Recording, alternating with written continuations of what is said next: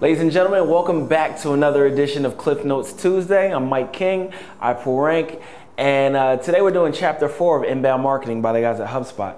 And this chapter is called Create Remarkable Content, and it's about being committed to making great content in order to get found on the web. And they initially talk about how creating remarkable content creates touch points in multiple channels, such as search and social media, and also in email, because that's what you're using as a reason to reach out to people.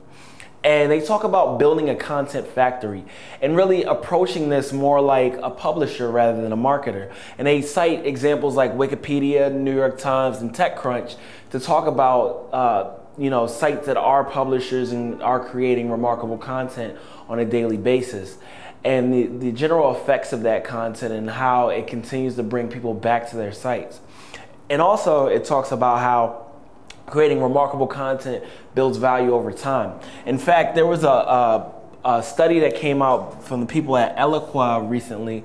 I believe that's the name of the site. And they talk about how content, its value accrues over time. So you're gonna get more users coming to that content, converting from that content over time, but that initial cost is only right here. So having a commitment towards that allows you to build equity into that content and into your brand through content.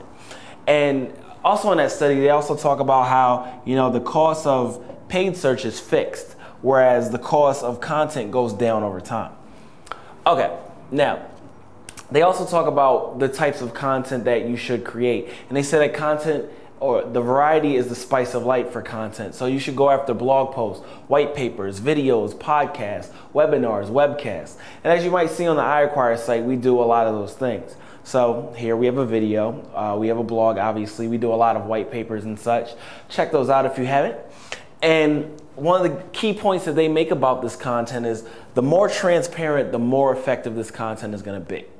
Now, you can see that an example of that on the SEO Mod site, and on their blog they share a lot of insight into what's going on behind the scenes at Mods, and it makes some really compelling blogging, real compelling content that people actively engage with on a regular basis.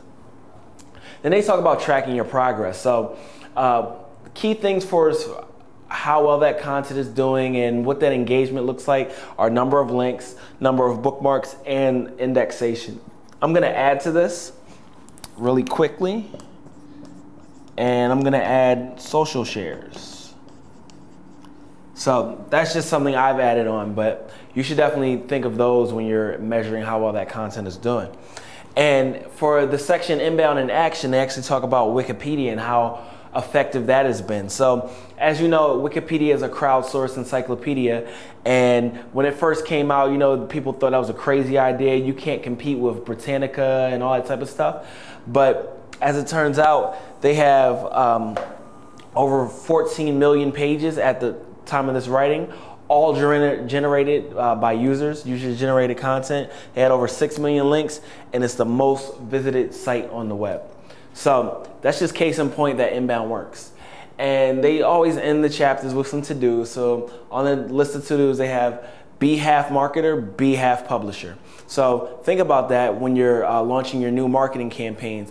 How can we be a publisher that's putting out content on a regular basis behind whatever thing we're trying to push?